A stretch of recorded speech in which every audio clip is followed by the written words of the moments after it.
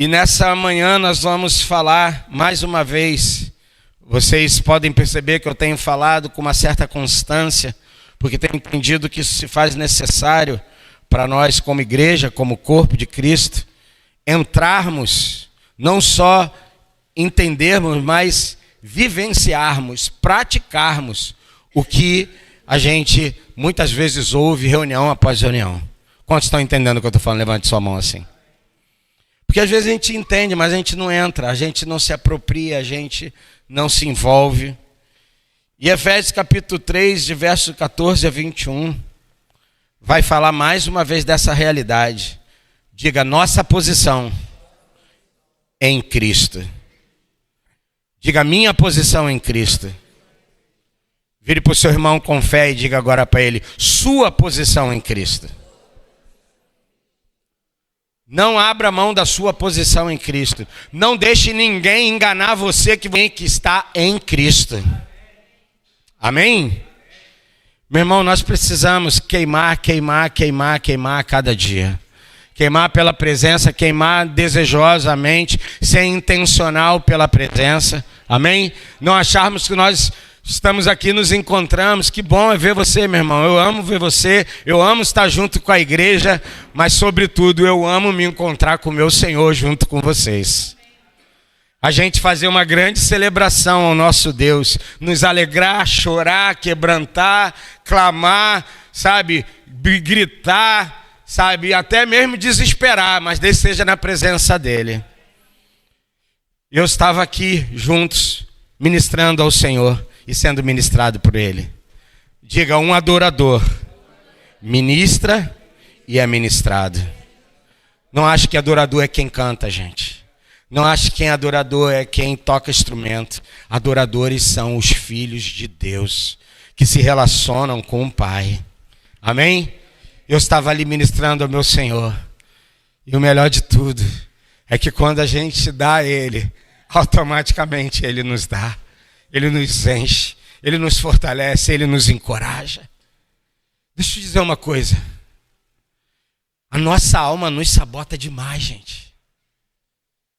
Eu não quero fazer aqui um mecanismo, sabe? Mas deixa eu dizer uma coisa. Irmão, aprende a se expressar na presença de Deus. Eu duvido. Eu não sei o que você gosta, mas o que você gosta, você se expressa. Sim ou não?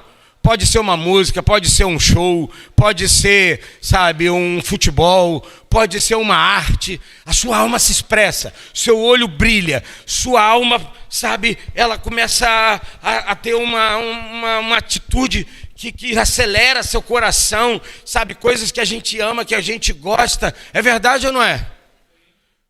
Por favor, não entenda isso como uma repreensão, sabe, como que alguém que está querendo, sabe, sabe assim, sem nenhuma intenção que não seja o seu crescimento, o meu crescimento.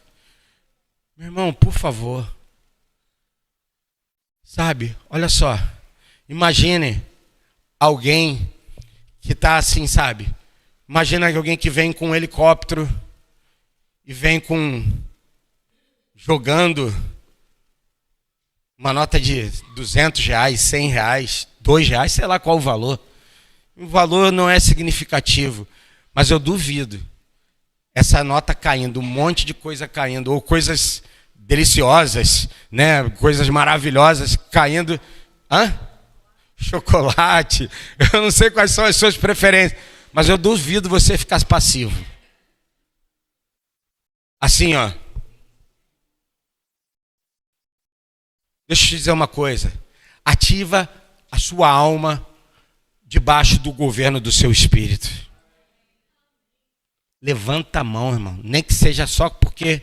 Aí tem gente que diz, eu não vou levantar a mão. Aquele levanta, eu não vou levantar não estou querendo levantar. Reaja com Deus. Tenha uma atitude para com Deus. Vai olhar para a palavra de Deus, ela nos ensina. Uma mulher com fluxo de sangue, meu Deus, é por aqui mesmo que eu vou? Não tinha nada a ver com o que eu ia falar, mas vamos embora.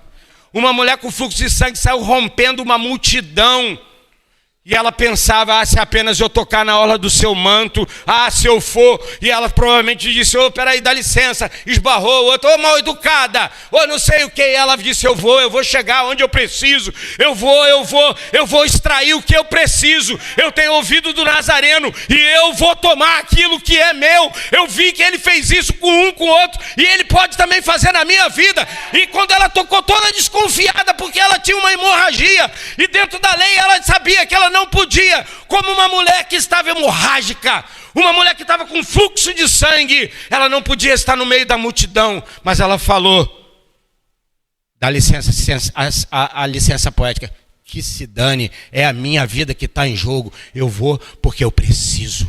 Diga, eu preciso. Escute, o Espírito Santo falou algo comigo. O problema é que nós só vamos atrás daquilo que a gente precisa. Escute, precisa. Só que nós precisamos entrar num novo estágio. Eu não posso estar com Deus só porque eu não posso estar com Deus só porque eu preciso estar com Deus porque eu dependo. Pare de andar com Deus no nível de precisar. Porque na hora que você não precisa, você não depende. Pô, Sérgio, é muito parecido, só trocou as palavras. Não, irmão, entre no entendimento. Eu não só preciso de ti, Senhor. Eu dependo de ti. Como o ar que eu respiro, não era as canções antigas? Que tinha lá, que falava, né? Nem lembro qual é a música direito, mas... Não, além de preciso de ti, mas eu estou falando do ar que eu respiro. É um corinho... é mesmo, mas não é essa não, é um um corinho antigo. Que falava que é como o ar que eu respiro. Você deve lembrar disso aí. Quem é que lembra dos mais antigos? Ele, se lembrar, me fala. Saulo.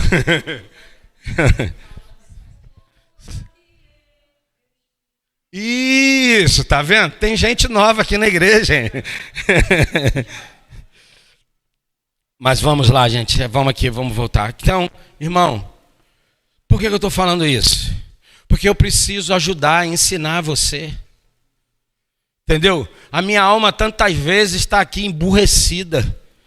Só que eu não sou guiado pela minha alma emburrecida, eu sou guiado pelo meu espírito que já está pronto. Então eu me expresso para o meu Deus. Às vezes você diz, ele é tão santo. Sou mesmo. E você também. Mas não é por causa disso, eu me expresso para o meu Deus. Porque eu que necessito, estou nessa dependência com Ele. Efésios 3, 24 a 21. Por esta causa... Eu falei o quê? Só para vocês olhar para saber se vocês estavam prestando atenção. De 14 a 21. Efésios 3, de 14 a 21. Lembrando, Efésios 3, de capítulo 1 a verso 13. São dois tipos de orações que Paulo faz. Eu vou falar da segunda parte, que é do 14 a 21. Mas na primeira parte, do capítulo 1 ao 13, o apóstolo Paulo está falando sobre os mistérios de Cristo. Diga mistérios. Mistério não é um negócio assim, sabe? O mistério, fala em mistério aí. Os mistérios são segredos, irmãos. Então Paulo está mostrando os segredos, revelando os segredos que há em Cristo Jesus. Mas nessa segunda parte, do verso 14 a 21, Paulo vai mostrar algo que tem a ver mais com o nosso posicionamento. Por isso é nossa posição em Cristo. Vou ler do 14 a 21 direto. Por esta causa, me ponho de joelhos diante do Pai. É isso que está aqui? É igualzinho a versão? Quer que eu leia aqui? É diferente? Vou ler aqui.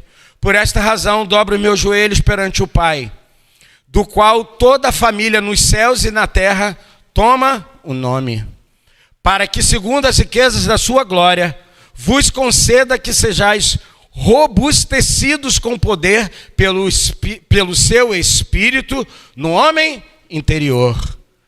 Que Cristo habite pela fé nos vossos corações, a fim de que, estando arraigados e fundados em amor, possais compreender com todos os santos qual seja a largura e o comprimento e a altura e a profundidade. E conhecer o amor de Cristo, que excede todo entendimento, para que sejais cheios até a inteira plenitude de Deus.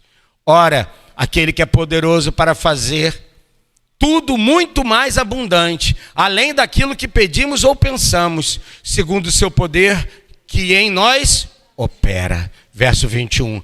A esse seja a glória na igreja e em Cristo Jesus, por todas as gerações, para todo sempre. Amém. Pai, obrigado.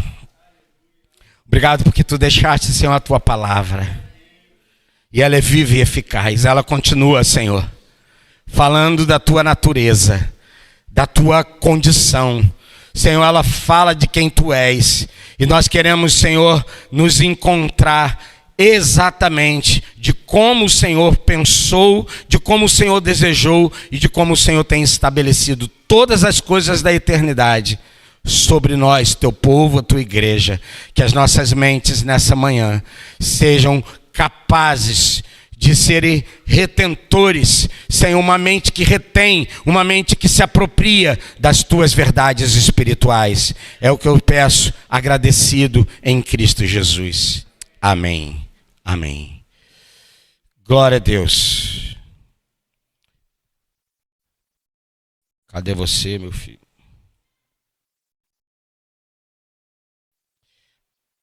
Amém. O primeiro ponto, diga primeiro ponto. O primeiro ponto é a minha posição em Cristo Jesus me leva. Diga, a minha posição em Cristo Jesus me leva.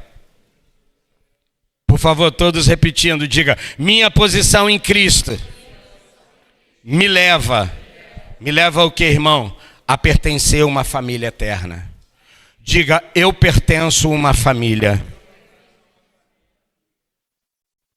Não deixe que ninguém tire essa verdade de você. Ainda que você não saiba quem é seu pai, a sua mãe, que você não tenha uma realidade, né, de família, ainda que seja nesse aspecto, mas você tem uma família. Você não é um ser, né, extraterrestre. Você nasceu de um pai e de uma mãe. Você pertence a uma família, e mais do que isso, você pertence a uma família, como Paulo está aqui instruindo, a uma família, a família de Deus. Diga, eu tenho pertencimento. Olha o que diz o verso 14. Por esta causa, me ponho de joelhos diante do Pai, de quem toma o nome toda família. Diga comigo, eu sou a família dos redimidos. Olha o que a Bíblia diz, tanto no céu como sobre a terra. Significa isso, Sérgio? Somos uma família grande, a grande família de Deus. Pois a paternidade vem do nosso quem? Diga, Pai. A paternidade não vem só de Deus, a paternidade vem do Pai. Jesus vai nos ensinar isso muitas vezes, Mateus capítulo 6 e tantas outras passagens, João capítulo 17, ele vai nos ensinar a oração sacerdotal, ele vai chamar o Deus de Pai. Porque às vezes a ideia de Deus é um Deus muito distante, por isso que a palavra de Deus diz que Deus é um Deus de perto e não de longe. Porque a gente se comunica com Deus, Deus, aí tu que está aí no céu. Pare de orar nessa dimensão e diga, Senhor, obrigado porque tu estás aqui na terra, dentro de mim. Ou não é verdade, se nós já confessamos a Jesus Cristo? A Bíblia diz que Deus habita em nós, que nós somos o templo de Deus, nós somos sua casa favorita, nós somos sua habitação. Ah, meu irmão, deixa o inferno te enganar não, e nem vai me enganar, vai não, em nome de Jesus. Família dos redimidos. Somos uma grande família de Deus, pois a paternidade vem do nosso Pai. Alguns redimidos já estão lá em cima no céu. Amém? Alguns já partiram antes de nós, irmãos. Mas eles são redimidos, eles estão aguardando, esperando. Amém? Em Cristo Jesus. Mas a palavra de Deus diz também que existem os redimidos que estão aqui embaixo na terra. Cadê eles? Toca no seu irmão, diga e fala, meu irmão, você é daquele que foi resgatado. Você é um redimido do Senhor. Amém? Você é um redimido. Alguém que foi lavado, alguém que foi comprado, alguém que hoje pertence à família de Deus. Amém? Meu irmão, deixa eu te dizer uma coisa. Quem é mais guri aqui da nossa época? Apesar que eu sou novo pra caramba, mas assim, deixa eu dizer pra você uma coisa. Na nossa época, existia aquelas histórias quando a gente brigava no meio da rua, ou na escola, sobretudo na escola. Os que tinham os irmãos maiores já, o irmão mais novo falava assim: vou chamar meu irmão, tu vai ver só uma coisa. Quantos lembram dessas histórias? Imagina o problema que era brigar com a família do Carlão. Carlão, fica de pé, por favor. Fica de pé. Aos 10 anos de idade, ele já tinha só 5 centímetros a menos do que ele tem hoje. Tô brincando. Obrigado. Você imagina, irmão. Aí ele tem uns irmãozinhos mais novos. Aí o irmãozinho mais novo fala assim: tu vai ver só.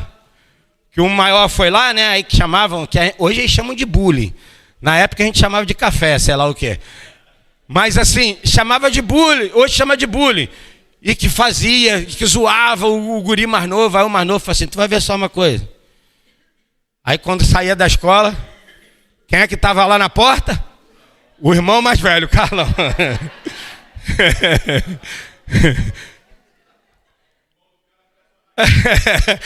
Aí o abusadinho que estava pegando o menor, fala aí: e aí, tio, beleza, tio? Tô de boa, tio. Não, tio, nunca mais vou fazer isso não, tio. Escute uma coisa, meu irmão, você pertence a uma família. Quando o inimigo toca em você, teu irmão mais velho, Jesus Cristo, se apresenta e fala assim: ei, eu tô aqui para defender ele. Vocês não vão machucar ele, vocês não vão ficar fazendo chacota com ele não. Vocês não vão ridicularizar ele não. Ele é meu filho, meu irmão, entendeu? Amém, irmãos? Amém? Glória a Jesus Cristo. Nós somos os redimidos. Por isso, verso 14 e 15 fala dessa realidade. Nós somos a família dos redimidos. Somos a grande família de Deus. O nosso Pai, o Pai da eternidade. Amém? Ele sim, é Ele que tem feito isso na vida dos que já antecederam a nós. Um povo redimido está no céu. Hebreus capítulo 12, se eu não me engano, vai dizer que existe uma grande nuvem de testemunha, irmão. São eles os redimidos que já foram. Eles são redimidos, eles são aqueles que já anteciparam a nossa vida. Mas nós estamos aqui embaixo na terra, mas também nós somos os redimidos, aqueles que foram resgatados. Segundo princípio, então o primeiro, minha posição em Cristo me leva a pertencer a uma família eterna. O segundo, minha posição em Cristo me leva à riqueza da sua presença. No fortalecimento do seu poder no Espírito de Deus, aonde, irmãos? No homem interior. Projete aqui para mim, por favor, verso 16. Para que segundo a riqueza de sua glória, vos conceda que sejais o quê? Fortalecidos com o quê, irmão? Diga poder. Diga poder. Meu irmão, dinamis é uma dinamite, poder. É um negócio que quando, meu irmão, ele é ativado, meu querido, é isso que Deus faz. Vos conceda que sejais fortalecidos com o quê? Poder. Uma dinamite está dentro de nós. Mediante o quê? Mas não é eu que tenho. É mediante o quê? O poder que vem de quem? De Deus. Paulo vai falar em 1 Coríntios capítulo 4, ele diz que a pregação dele não consistia em palavras persuasivas, sabe, hoje existem muitas palavras, mas pouco poder. Por isso Jesus disse para a mulher, ou para os discípulos, alguém me tocou. O que eles falaram? Poxa, mestre, muitos te tocam, Senhor. O que ele disse? Não. Alguém me tocou e extraiu de mim o quê? Virtude, poder. Sabe o que você precisa fazer? Quando você estiver na presença de Deus, por isso você não pode ser passivo. Porque vai chover do lado do seu irmão e não vai chover em você. E não fique pensando que Deus faz distinção. Deus faz, sabe o quê? Aqueles que têm fome, Ele o quê?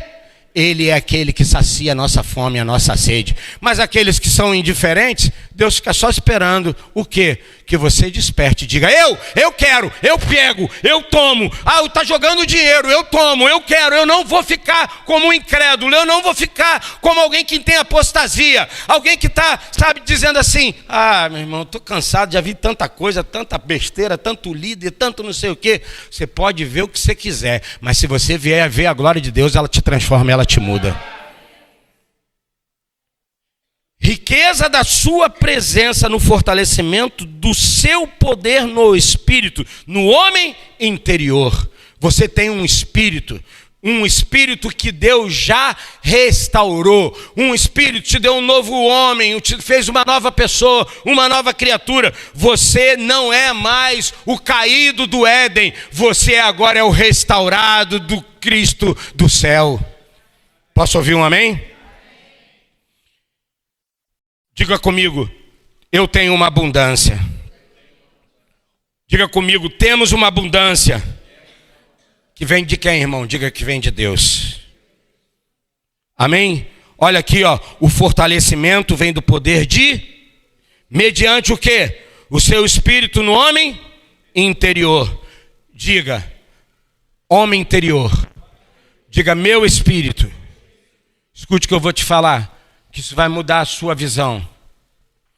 Diga, o meu espírito é a nossa parte imaterial. Significa, não é matéria, é imaterial. O nosso espírito não é produzido, o nosso espírito foi recriado. Nós não somos, sabe, algo que foi criado. Ah, cria mais uma coisa aí. Cria uma maneira de fazer uma religião, um culto. Cria uma maneira. Por isso estou falando, irmãos, eu não estou querendo dar aqui para você regra, se levanta a mão, se você abaixa a mão, se você fica em pé. Não importa, não é isso que vai definir a nossa qualidade de adoração. A nossa adoração, ela fala de uma entrega. Por isso eu não posso ser passivo na entrega.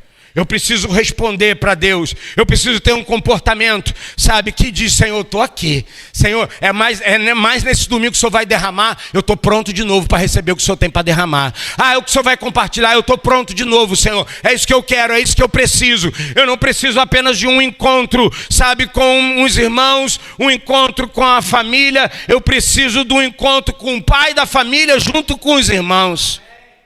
Isso muda a sua concepção de enxergar as coisas. Diga, o meu espírito é a parte imaterial. Agora, eu vou falar mais uma vez para você precisa entender isso. O meu espírito, ele é a parte imaterial e ela é a verdadeira personalidade que eu tenho. O meu espírito é a parte material e ela é a verdadeira personalidade que eu tenho. A personalidade que você tem não é só da sua alma. Quantos estão entendendo o que eu estou falando? Sei que não está. Sabe por quê? Você acha que você é porque você é melancólico. Você acha que você é porque você é sanguíneo. O que você aprendeu dos temperamentos, né? Você acha que você é porque você é... O que mais? Fleumático. Você é o que você é porque você é colérico. Não, meu irmão. Você é o que é porque você foi. Agora você não é mais um espírito caído. Você é um espírito que foi redimido. Existe algo que trouxe para você uma nova condição de personalidade que está no registro do seu espírito e não da sua alma. Se você não aprender a guerrear com a personalidade do seu espírito, você vai se arrebentar muitas vezes. Mas tem gente aqui dentro, glória a Deus. Eu sei que já aprendeu isso. É ou não é? É ou não é? Tinha gente aqui, irmãos. Deixa eu falar uma coisa para você. E aqui, ó, nenhum ar de desdém de alguém que está se achando melhor, mas aprendeu a não se comportar. Tinha gente aqui que passou por processos de pânico. Pânico. Irmão, isso é uma coisa muito séria. Isso é algo que está vindo sobre a nossa geração de uma maneira avassaladora. Eu tenho conversado, eu tenho acompanhado algumas pessoas. Deixa eu te dizer uma coisa, irmão. E a gente precisa ter misericórdia, não preciso ter um ar de que alguém que já superou ou que... Não, eu me condoo com essas pessoas.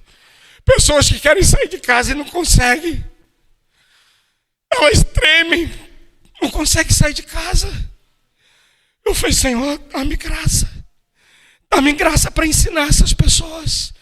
Dá-me graça, Senhor, porque esse poder não é meu, esse poder é teu. Se eu tenho, ele pode ter, ela pode ter. Eu não me conformo. Pode ser a doença que for, a gente vive uma série de pandemias, disso, daquilo outro.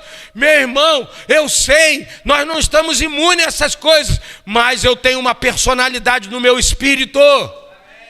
Não é na minha alma. A minha alma não me define. O que me define é meu espírito recriado. Oh, meu Pai, vos conceda que sejais fortalecidos com poder. Fortalecimento vem do poder de Deus, no Espírito, mediante ao Espírito, no homem interior, que é a nossa verdadeira personalidade. Terceiro princípio, minha posição em Cristo me leva a estar arraigados e alicerçados em amor. Diga comigo, arraigados e alicerçados em amor. Diga em amor. A gente não pode ser apenas arraigados, alicerçados. Nós temos um motivo, nós temos um fundamento. E o fundamento disso tudo é o amor. Apóstolo Paulo vai dar uma aula, capítulo 13 de Coríntios. Ele vai dizer, ainda que eu tivesse o dom de falar, muitas o quê? Oh, Jesus. Muitas línguas, fosse capaz de fazer isso, fazer aquilo. Ainda que eu fosse capaz de dar todos os meus bens, para os pobres. Ainda que eu fosse capaz de dar o meu próprio corpo, para quê? Ser queimado como um incenso, algo. Ele vai dizer e afirmar, de nada valeria se não tivesse. Meu irmão, o fundamento da gente ser arraigado como família de Deus não pode ser os nossos dogmas, não pode ser as nossas crenças que temos na instituição. As nossas bases precisam estar literalmente arraigadas e alicerçadas no amor de Deus, que está aonde? Em Cristo Jesus. E Cristo Jesus está onde? Nos nossos corações pelo seu Espírito. Por isso ele vai dizer, Pai, eu oro para assim como eu sou um contigo, eles sejam um. Meu irmão, está tudo entrelaçado, está tudo arraigado. E o alicerce é ele mesmo, o amor que foi entregue. João 3,16. João 3,16. Porque Deus amou o mundo de tal maneira, deu o seu Filho, unigênito até então, para que todo aquele que nele crê não... Aí vem a nossa redenção. Nós não vamos perecer, nós já estamos redimidos para a eternidade. Amém? Seu espírito é um espírito redimido, irmão. Se estão achando que vão matar você, vão não. Como diz alguns aí, eu sou imortal, sou imorrível. Ai. É imorrível no propósito, irmãos. Amém? Ainda que mate. Não mataram um monte lá dentro da arena, dos Coliseu? Riam, brincavam. Matava um. Surgia mais quanto? Mais tantos milhares. Porque pessoas que viram aquilo falavam, não é possível, eu nunca vi uma coisa dessa.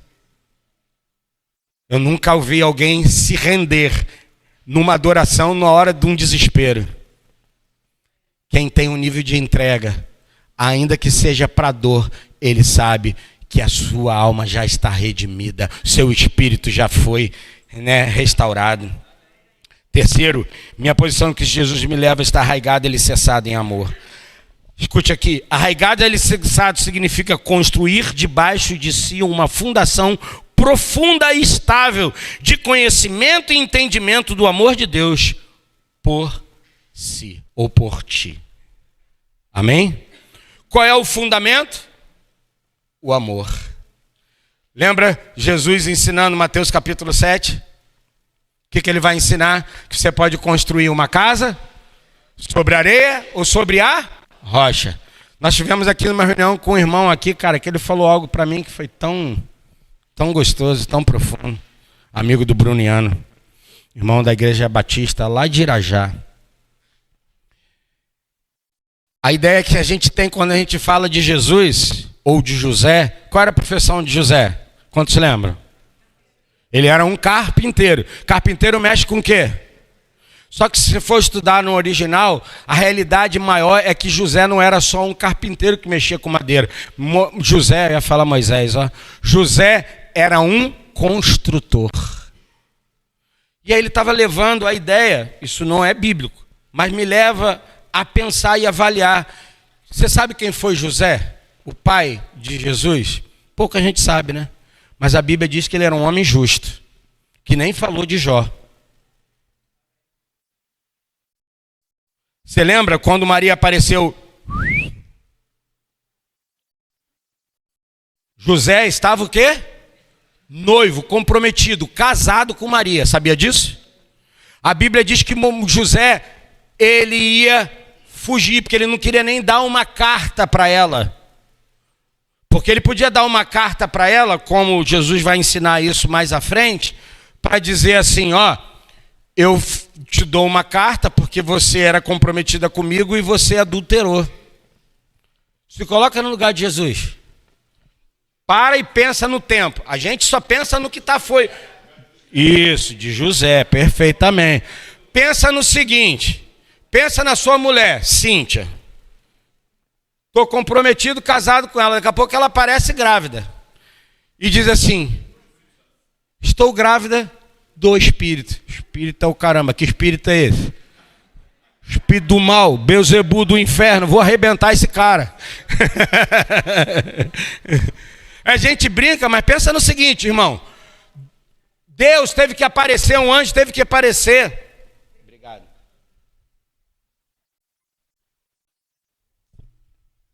Um anjo teve que aparecer para José, irmão. Para convencer, o que está aí no ventre da sua mulher não é obra da carne, não, é obra do meu espírito. E ela é uma mulher agraciada. Quer saber de uma coisa, irmão? O nego fala da Maria que ela é agraciada, maravilha, e é mesmo, ou foi mesmo. Mas deixa eu te dizer, você leva o mesmo Salvador dentro de você, você também é um agraciado de Cristo, ou de Deus. A gente fala, ai, se eu pudesse levar o Messias dentro de mim. E você leva o que dentro de você, filho?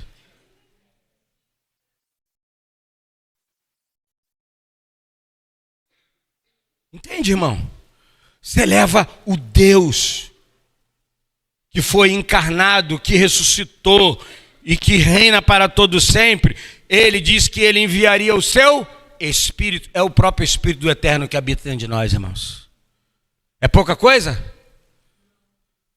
Você liberaria coisas preciosas, profundas, maravilhosas para qualquer um? Você derramaria aquilo que você tem de mais precioso, você entregaria para qualquer um?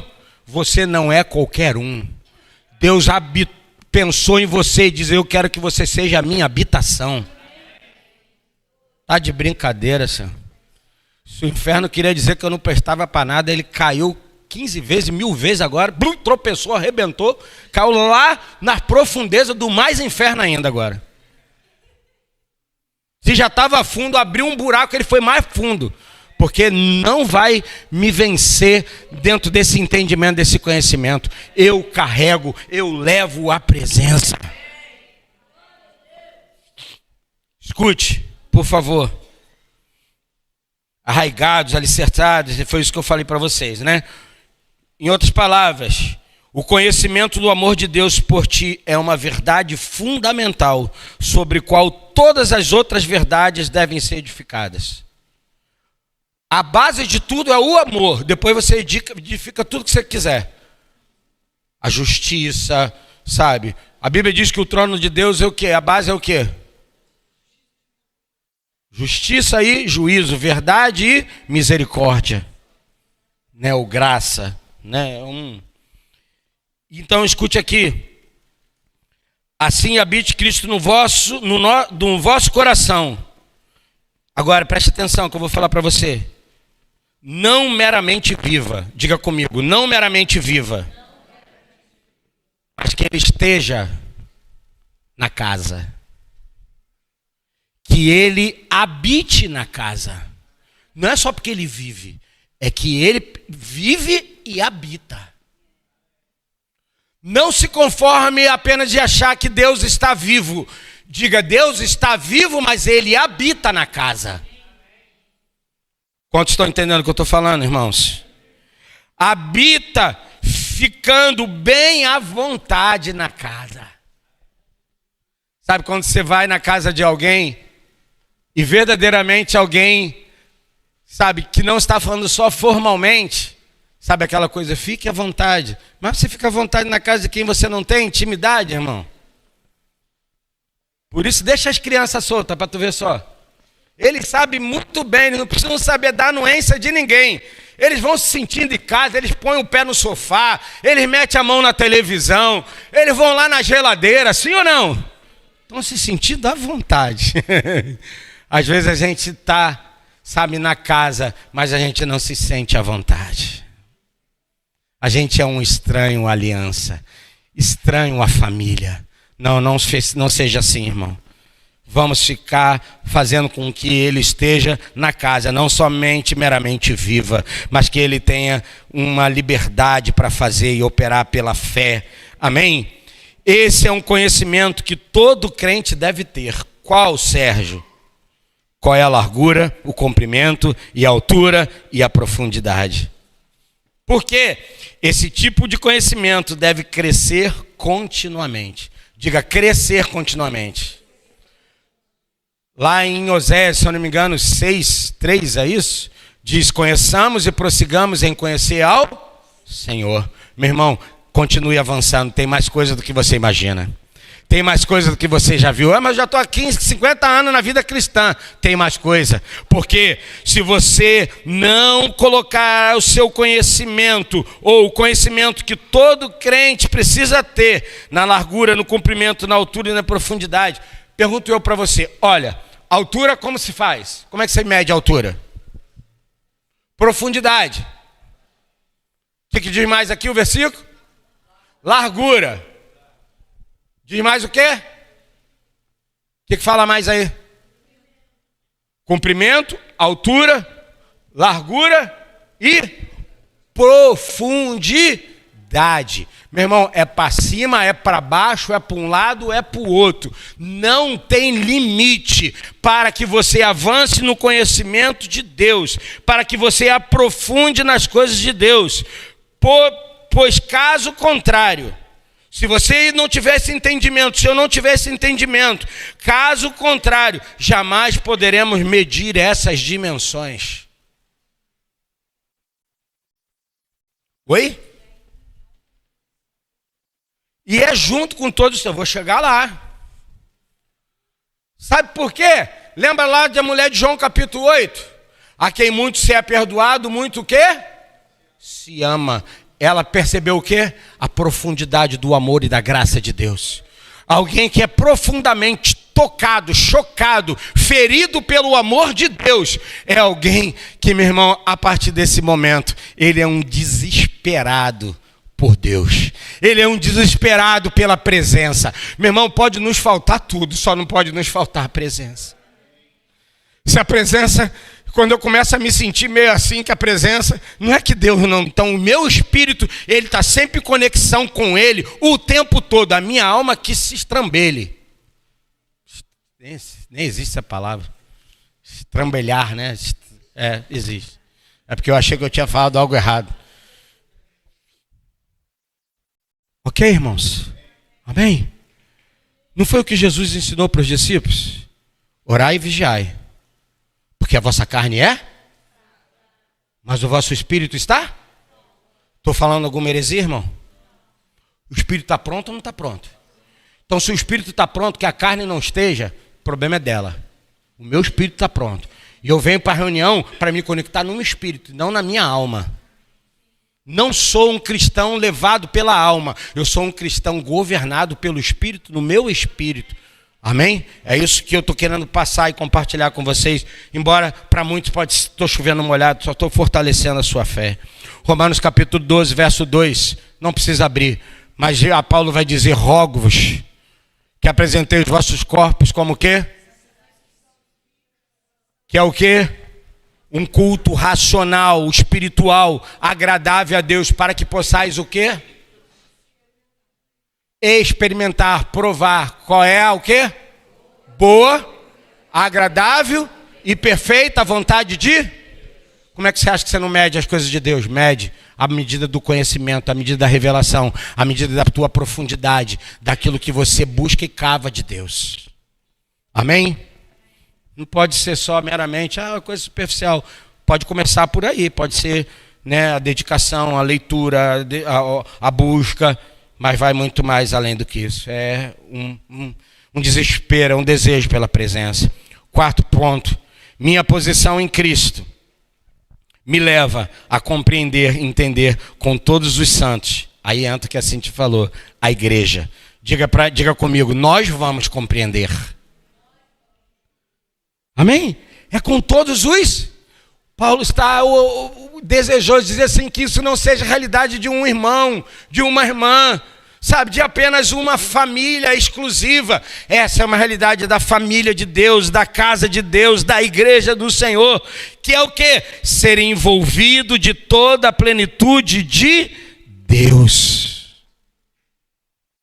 Diga, plenitude de Deus. Meu irmão, Deus tem uma plenitude. E eu vou me conformar com algo que não seja pleno, total, sabe, grande, maçante, sabe, poderoso? Não. Verso 19, põe ali para mim, por favor.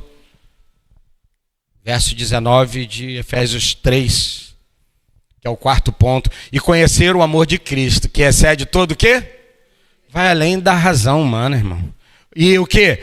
Para que sejais tomados, envolvidos com toda a plenitude de Deus, que nós sejamos tomados pela plenitude de Deus. O quinto ponto, minha posição em Cristo me leva a ser o poder do Deus infinito sendo manifesto. Amém? O poder do Deus está lá no verso 20. Ser poder do Deus infinito sendo manifesto em nós como corpo, como igreja. Deus quer fazer isso com a igreja. Olha o que a palavra de Deus diz. Jesus vai ensinar dizendo assim, ó, quando todos vocês tiverem tanto poder nessa terra, todos os reinos se dobrarão perante vocês. Sim ou não? Não. Porque senão daqui a pouco a gente se empolga, estou falando de poder, é poder, nós teremos poder, mas o poder só serve se tiver uma base. Um alicerce. Se a gente tiver arraigado e alicerçado em quem? No amor, que é a própria figura do Deus encarnado. O amor de Deus é a expressão de Deus. E aí eu preciso entender, e você precisa entender, que Ele na nossa vida, o poder do infinito, sendo manifesto em nós, como corpo, como igreja, Ele vem com uma representatividade. Diga, igreja. E foi isso que Jesus disse. Quando todos eles perceberem que vocês o quê?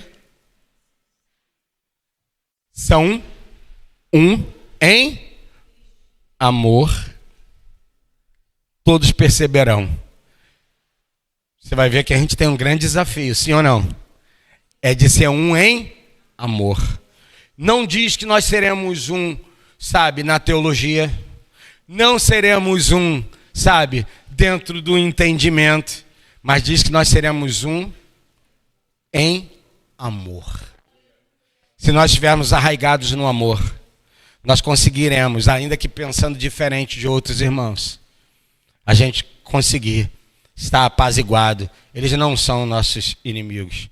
Não importa se você é mais arminiano ou mais Lutero, calvinista, né? Não importa. Nós vamos conseguir caminhar, porque o que nos une é o amor de Jesus. Se Jesus vem antes, durante, depois, eu espero que todos nós possamos subir para estar com Ele em glória, reinando nessa terra posteriormente. E o sexto princípio, ponto, e eu termino. Minha posição em Cristo me leva, diga comigo, ser expressão da glória de Cristo. Aonde? De Cristo Jesus, no corpo, diga no corpo. Diga na igreja. Olha o que diz mais, por toda a eternidade. Põe o verso 21, por favor. Ah não, verso 20 primeiro, isso, por favor. Ora, aquele que é poderoso para fazer o quê, irmãos?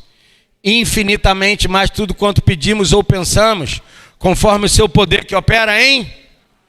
Você vê que tem um poder operante, você vê que tem um poder que ativa a gente, e que ele vai além do que eu possa pensar, pedir. Não é isso? Ora, aquele que é poderoso para fazer infinitamente mais do que tudo quanto pedimos ou pensamos. Deixa eu te dizer uma coisa. Sabe o que Jesus ensinou? Aí aqui é maravilhoso. Que isso já estava claro quando Jesus disse assim, ó, eu vou para o Pai, mas não vos deixareis órfãos. Eu enviarei o quê? O Espírito Santo, e Ele estará convosco todos os... Escute aqui uma coisa, e ele diz mais, depois disso ele diz assim, vocês farão obras ainda, o quê? Meu irmão, deixa eu te perguntar uma coisa. Você acha que você faria alguma coisa maior do que Jesus? Fala sério. Ele está falando em extensão, gente. Até então, o Evangelho, o Cristo, era revelado só para quem? Na cabeça dos judeus, só para eles. Aí Deus levanta um apóstolo chamado Paulo, como um abortivo, como ele mesmo se chama, para que ele pegue o Evangelho para toda o quê? Para os gentios. Para todos os demais que não são os judeus. Então Deus incluiu toda o quê? A humanidade debaixo da graça. Infinitamente mais do que pedimos. Você acha que é só para o Japão? Deus falou, vou mandar para o Brasil. Você acha que é só para a África? Deus vou mandar para a Europa. E assim vai. Pedimos ou pensamos conforme o seu poder, o quê? Que opera em nós. Diga comigo, opera. Crente opera, e Deus opera sem anestesia, tô brincando. Deus opera pelo seu Espírito. A expressão da glória de Cristo Jesus no corpo é a igreja, irmão. Por isso, se tem uma coisa que o inferno fica incomodado, é com a igreja. Não pense que Jesus, ao olhar para você, olha você como apenas um indivíduo. Jesus olha para você e olha para você como um corpo. Eu gosto do Andrezão. O Andrezão diz que nós somos... Como é que é a expressão que ele usa, Rogério? Não sei se você vai lembrar. Nós somos...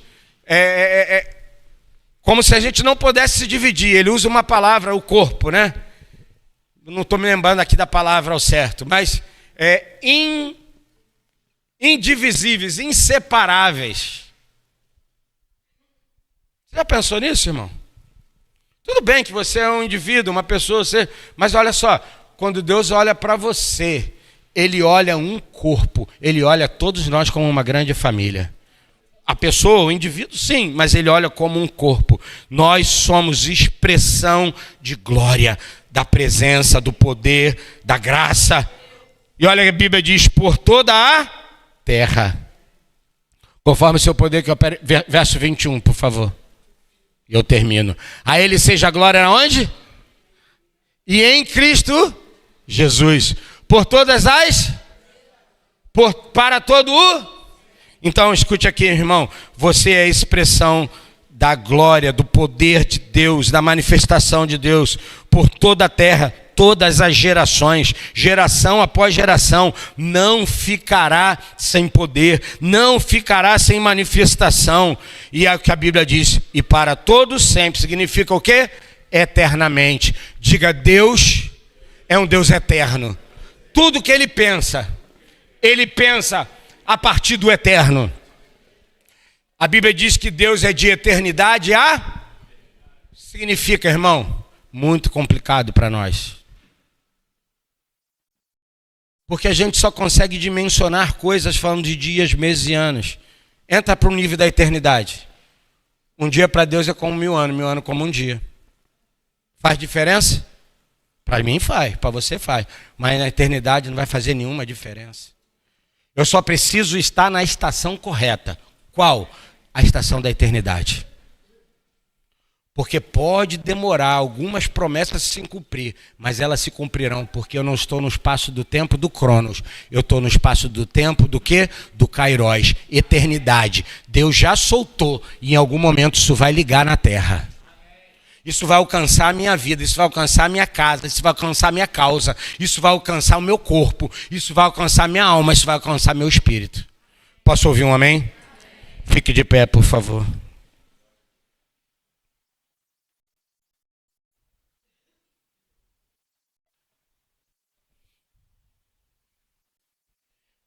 Diga comigo, meu espírito, o meu homem interior, como Paulo vai afirmar, é a nossa parte, o quê? Diga comigo, imaterial.